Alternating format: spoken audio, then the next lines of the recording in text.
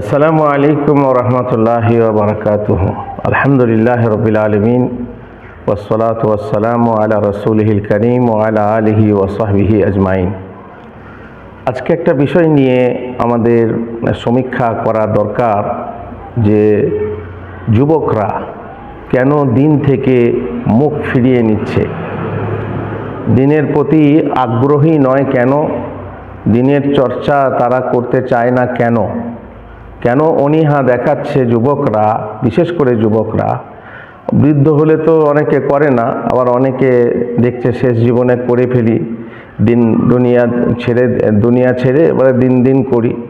তো যুবকরা কেন পিছিয়ে যাচ্ছে মর্মে কিছু কারণ আমাদের খোঁজা দরকার, যাতে করে আমার যুবক ভাইরা সতর্ক হয় এবং তার মধ্যে না পড়ে যার মধ্যে সে দিন থেকে ফিরে যাচ্ছে। প্রথমত, দিন থেকে ফিরে যাওয়ার শাস্তি কি? আল্লাহ তাআলা কোরআনে কথা বলেছেন, ওয়ামান আ'রাদা আন যিকরি ফাইন্না লাহু মাঈশাতান দানকা ওয়া নাহশুরুহু ইয়াওমাল কিয়ামাতি আমা। যে ব্যক্তি আমার জিকির থেকে, আমার কোরআন থেকে, আমার দিন থেকে মুখ ফিরিয়ে নেবে, তাকে আমি কিয়ামতে কানা করে হাসর করব, অন্ধ করে। ক্বালা রব্বি লিমা হাসারতানি আমা, তখন সে বলবে, হে আমার রব, কেন তুমি আমাকে অন্ধ করে তুললে?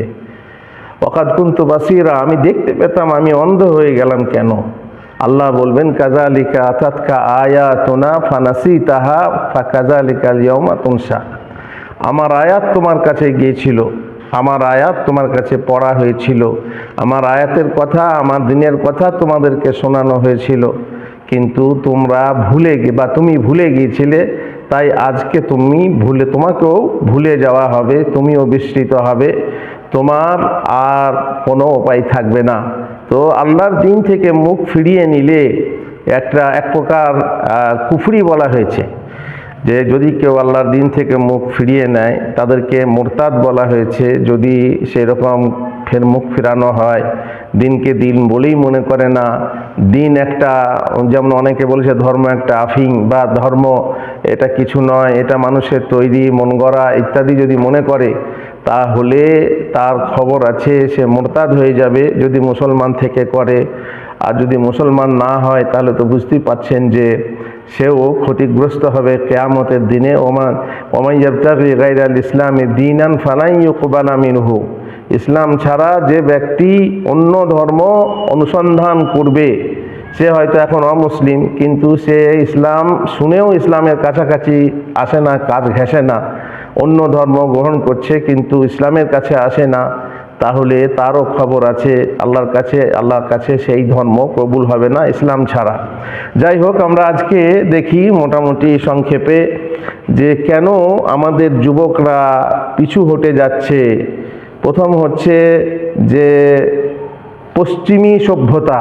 পশ্চিমী সভ্যতার আগমন এবং তার যে বন্যা, সেই বন্যার আসার ফলে আমাদের যুবকরা পিছিয়ে যাচ্ছে।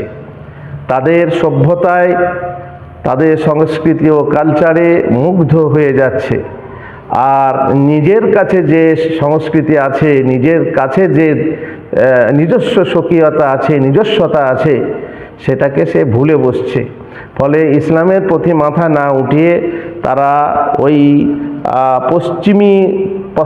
পাশ্চাত্য সভ্যতার প্রতি মাথা নত করেছে, বা তার জন্য মাথা উঠিয়ে সেটাকেই নিয়ে তারা গর্ব করছে এবং সেটাকেই ভালোবাসছে, ফলে দিন থেকে সরে যাচ্ছে।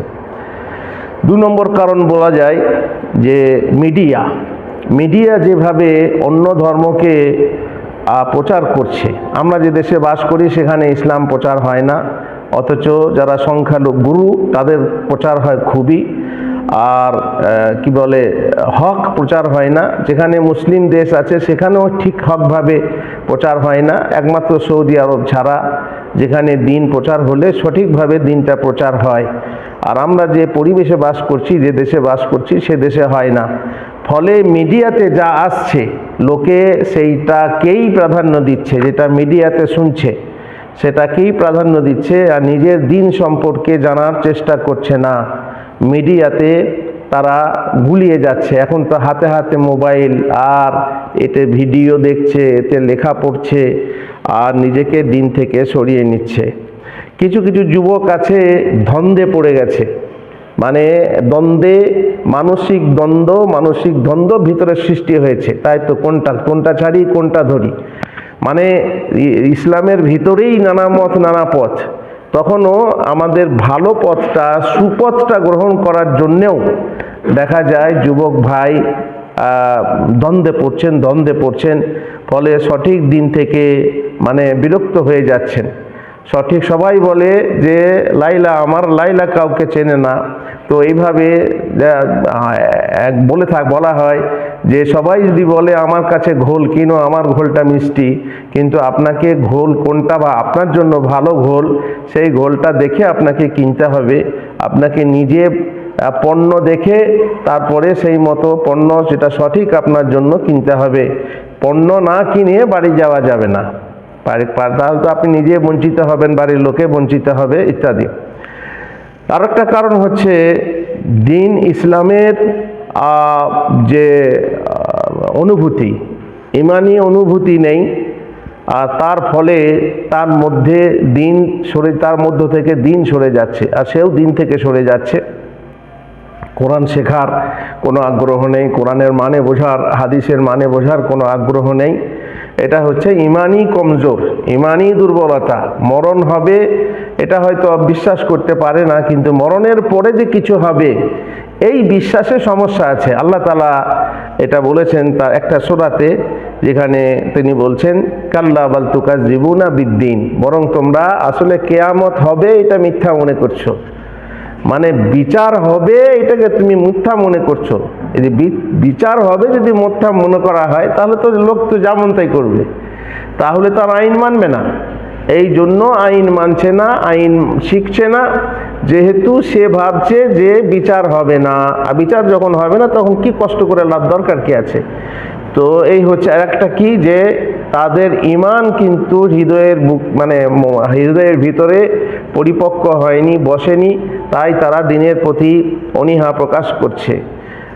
আর একটা কারণ হতে পারে পাপে ভরা এই জগতে, যেখানে সাপ দেখে পথ চলা যায়, কিন্তু পাপ থেকে বেঁচে পথ চলা যায় না। সেখানে এত পাপ হয়েছে, আর সেগুলো আবার এমন পাপ যে যুবককে আকর্ষণ করছে, সেই পাপের যুবককে আকর্ষণ করছে, ফলে তাকে দিন থেকে সরিয়ে নিয়ে যাচ্ছে। যে সক্রেটিসের ব্যাপারে কথা আছে, তিনি তার ছাত্রদেরকে নিয়ে কিছু শেখাতে চেয়েছিলেন। এমন সময় পাশ দিয়ে এক বেশ্যা পার হয়ে যাচ্ছে, স্বল্প বসনা বেশ্যা। আর তখন ছাত্ররা সক্রেটিসের দিকে মন না দিয়ে ওই মেয়েটার দিকে মন দিয়ে তাকিয়ে দেখছে। তখন মেয়েটা বলছে যে দেখুন, আপনার ছাত্ররা আর আপনার দিকে তাকায় না, আমার দিকে তাকাচ্ছে। তো সক্রেটিস বলেছিলেন যে হ্যাঁ, তোমার দিকে তো তাকাবে, যেহেতু তুমি নিচের দিকে নিয়ে যাচ্ছ আর আমি উপরের দিকে নিয়ে যাচ্ছি। তুমি নিচের দিকে নিয়ে যাচ্ছ, আর নিচের দিকে যাওয়াটা হচ্ছে খুব সহজ। তো এইভাবে যখন দুনিয়া খেয়াল করছে, পাপ খেয়াল করছে, যখন এই যে নগ্নতা খেয়াল করছে, যখন স্বাধীনতা খেয়াল করছে, যখন বেশ যুবক যুবতী মিলে স্বাধীনতার আনন্দে তারা মন রেখেছে, তখন তারা দিন থেকে সরে যাচ্ছে। আর একটা হচ্ছে দুনিয়া, টাকা কামাতে হবে। আজকাল পয়সা, এমনকি মাদ্রাসার ছাত্ররাও আজকাল টাকার পেছনে পড়েছে, মানে দিন শিখবে, দিনের পেছনেও টাকা খুঁজছে। ফলে দিনের প্রতি অনীহা তৈরি হচ্ছে। যেখানে টাকা নেই সেখানে সব কথা ফাঁকা, আসল কথা টাকা, বাকি কথা ফাঁকা। টাকার দিকে, দুনিয়ার দিকে তারা মত্ত হয়েছে, যার ফলে তারা করছে কি, যে দিন থেকে মুখ ফিরিয়ে নিচ্ছে। ব্যাস। তারপরে আপনার একটা কারণ হতে পারে যে মনের খেয়াল খুশি, এটাকে ব্যক্তি স্বাধীনতা বলা হয়। মনের খেয়াল খুশির জন্য সে দিন থেকে সরে যাচ্ছে, নিজের ব্যক্তি স্বাধীনতা খুঁজতে যাচ্ছে, ফলে তারা দিন থেকে সরে যাচ্ছে।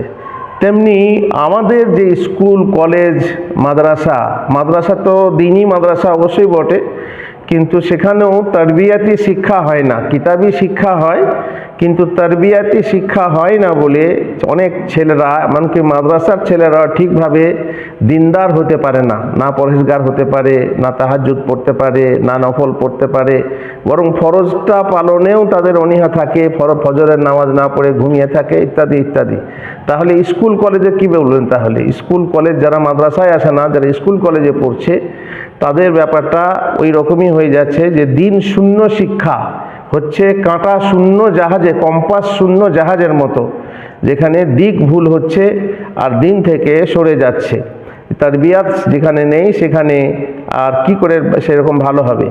তারপরে যারা আমরা দিনের পথে আছি, দিনের দায়ী যারা, তাদেরও ঠিক মতো দিনকে পেশ করতে পারছে না। যুবকদের সামনে লেখনির মাধ্যমে, বক্তৃতার মাধ্যমে, খুতবার মাধ্যমে, জলসার মাধ্যমে সঠিক দিনকে সঠিক রূপে পেশ করতে পারছে না। ফলে আমাদের যুবকরা বঞ্চিত থেকে যাচ্ছে আর তারা দিন থেকে সরে যাচ্ছে। যেদিকে আকর্ষণ বেশি দেখছে, যেদিকে চমক বেশি, সেদিকে তারা আকৃষ্ট হচ্ছে। স্বাভাবিক এটা, মানুষের মন যেখানে চমক বেশি সেখানে আকর্ষণ ধরবে, আর যার ফলে, আর জানেন বাতিলের চমকটা বেশি, ফলে সেদিকে চলে যাচ্ছে আর দিনের পথে অন্ধকার থেকে যাচ্ছে। ব্যাস। আর একটা কারণ হতে পারে যে অনেক সময়ে যুবকরা দিনকে ভুল বুঝে থাকে, দিনকে ভুল বুঝে থাকে। যেমন অনেকে সন্ত্রাস বোঝে, জেহাদ মানে সন্ত্রাস বুঝেছে, ফলে এই দিন ভালো না, যেখানে সন্ত্রাস, যেখানে খালি খুনোখুনি মানুষ আছেও তাই, তারা উদাহরণও পাচ্ছে যে সন্ত্রাস যেখানে ঘটছে। তো এই সন্ত্রাস দেখে এবং আরও অনেক কিছু, এই যেমন পর্দা, বোরকা ইত্যাদি বিষয়ে কিছু কিছু সন্দেহ আছে যেগুলো অমুসলিমরা তৈরি করেছে, মুসলমানরা সেগুলো লুফে নিচ্ছে। আর সেইগুলো সন্দেহ তাদের মনেও তৈরি হয়েছে, সন্দিহান হয়ে তখন তারা দিনকে সন্দেহ করছে এবং দিন থেকে পিছিয়ে যাচ্ছে। এটাও একটা বড় কারণে মিডিয়ার যুগে বিশেষ করে তারা দিনকে ভুল বুঝছে। ফলে নিজের মাকে যদি নিজের মা বলে মনে না করে, সন্দেহ করে যে আমার মা নয়, আমার বাবা নয়, তাহলে বুঝতেই পারছেন তার কাছে সে থাকবে না, সে দূরে সরে যাবে আর সেই ভালোবাসা বাসবে না যেমন প্রকৃতপক্ষে বাবা মাকে ভালোবাসা হয়। আমাদের পরিবেশ, আমরা যে পরিবেশে বাস করছি, এই পরিবেশ আমাদেরকে খারাপ করে দিয়েছে। আমরা দিনকে মেনে চলতে পারছি না, পরিবেশের একটা চাপ আছে, সেই চাপের ফলে আমরা দিন থেকে দূরে সরে যাচ্ছি, যুবকরা দিন থেকে সরে যাচ্ছে। দেখবেন গাছ খুব সুন্দর সবুজ হয়ে হয়, উঠে থাকে, তারপরে আলোক লতা বলে একটা লতা আছে, সেই লতা গাছের পাতায় জড়িয়ে যায়, ফলে আস্তে আস্তে গাছটা স্তিমিত হয়ে যায় এবং গাছটা একেবারেই সজীবতা হারায়। কিসের জন্য? ওই অতিরিক্ত আলোক লতা যে হলুদ হলুদ লতার মতো হয়, গাছের পাতাতে জড়িয়ে যায়, ডালে জড়িয়ে যায় এবং গাছটাকে সজীবতাহীন করে দেয়। ঠিক ওই রকমই পরিবেশ আমাদের এমন চেপে ধরেছে, আর সবই তো খারাপ, এমনকি মুসলমানদের ভিতরেও বহু খারাপ পরিবেশের নোংরামি। সেই নোংরামিতে আমাদের যুবকরা দেখে, সেই সমস্ত খারাপ কাজ দেখে, পাপ কাজ দেখে তারা ফিরে যাচ্ছে, পরিবেশের চাপে তারা দিন থেকে সরে যাচ্ছে। যেমন কলি তেমনি চলি, আর পাঁচজন লোকে যা বলে সেইটাই আমি করব, এরকম কি হয়, এইরকমভাবেই দিন থেকে সরে যাচ্ছে। ব্যাস। তাহলে বই হলো। আর শেষকালে আরেকটা কথা বলে রাখি যে দায়ীদের মাঝে যেমন ফতোয়ার ব্যাপারে কিংবা একই সংগঠনের বিভিন্ন ভাগাভাগি, এইসব দেখে কিন্তু বহু যুবক সরে যাচ্ছে, দিন থেকে সরে যাচ্ছে। যে এসব কেন? দিন যদি হবে, দিন এক, আমাদের আল্লাহ এক, আমাদের রসুল এক, আমাদের কিতাব এক, তো দিন কেন এক হবে না? কিন্তু বুঝতে চায় না যে যেটা মতভেদ হচ্ছে এটা স্বাভাবিক, অস্বাভাবিক না। দিনকে বোঝা নিয়ে এটা মতভেদ থাকতেই পারে, আল্লাহ নিজেই বলেছেন যে মতভেদ হতেই পারে। তো সেই মতভেদে আল্লাহ যাকে রহম করেছেন সে মতভেদে যাবে না, থাকবে না। আর এর প্রতিকার হচ্ছে যে আমাকে আমার দিন মানতে হবে, এটা ঈমান প্রথমত রাখতে হবে ভিতরে। তারপরে আল্লাহ তাআলা বলছেন ফাবাশশির ইবাদ, আমার বান্দাদেরকে সুসংবাদ দাও, আল্লাযীনা ইয়াসতামিউনাল কাওলা ফায়াত্তাবিউনা আহসানা, আমার কথা শুনে, বহু কথা শুনে কিন্তু সব থেকে সুন্দর কথার অনুসরণ করে, ভালো কথার অনুসরণ করে, সব থেকে ভালো যেটা, ভালো বহু রকমের আছে কিন্তু সব থেকে ভালো যেটা সেটার অনুসরণ করে, তাহলে আল্লাহ তাআলা দুটো সার্টিফিকেট দিয়েছেন, উলাইকা হাদাহুমুল্লাহ, উলাইকাল্লাযীনা হাদাহুমুল্লাহ, তারাই হচ্ছে যাদেরকে আল্লাহ হিদায়াত দেন অর্থাৎ পথপ্রাপ্ত করেন। আর দ্বিতীয় হচ্ছে উলাইকা হুম উলুল আলবাব, তারাই হচ্ছে জ্ঞানী মানুষ। অতএব নিজের হৃদয়টাকে সংকীর্ণ করলে হবে না, সংকীর্ণ করে রাখলে হবে না, দ্বার বন্ধ করে দিয়ে মিথ্যাটাকে রুখি, সত্য বলে তবে আমি কোথা দিয়ে ঢুকি। তাহলে আপনি মিথ্যাটাকে বুকের ভিতরে রেখে দিলেন, তাহলে সত্য আপনার ভিতরে আসবে কি করে? এই জন্য উদার হন, উন্মুক্ত হন, নিয়ে কথা শুনুন, কথা শোনার পরে যেটাকে ভালো লাগবে, আপনার সব থেকে ভালো লাগবে সেটা আপনি গ্রহণ করুন। যদি গ্রহণ করতে পারেন মনকে উদার করে, তাহলে আপনি পথ পাবেন। আর না হয় এইভাবেই আপনি ভ্রষ্ট হয়ে যে আপনার নিজের ক্ষতি আপনি নিজে করবেন। আপনাকে কাল কিয়ামতে যদি আপনার বিশ্বাস থাকে, কাল পরকালে যদি বিশ্বাস থাকে, জান্নাত জাহান্নামে যদি বিশ্বাস থাকে, তাহলে জাহান্নামের পথে আপনি থেকে জাহান্নামে যেতে হবে। আল্লাহ আমাদেরকে জাহান্নাম থেকে রক্ষা করুন। আল্লাহুম্মা আজিন্না মিনান নার, আল্লাহুম্মা ইন্না নাসআলুকাল জান্নাহ, হে আল্লাহ আমাদেরকে জান্নাতের পথ দেখাও। আমরা প্রতিদিন নামাজের প্রত্যেক রাকাতে বলি ইহদিনাস সিরাতাল মুস্তাকিম, আল্লাহর পথ হচ্ছে সরল পথ, সেই পথ আমাদেরকে দেখাও হে আল্লাহ। আর সেই কামনা করেই আজকের এই সামান্য আলোচনা শেষ করছি। ওয়া সাল্লাল্লাহু আলা নবিয়িনা মুহাম্মদ ওয়া আলা আলিহি ওয়া সাহবিহি আজমাইন।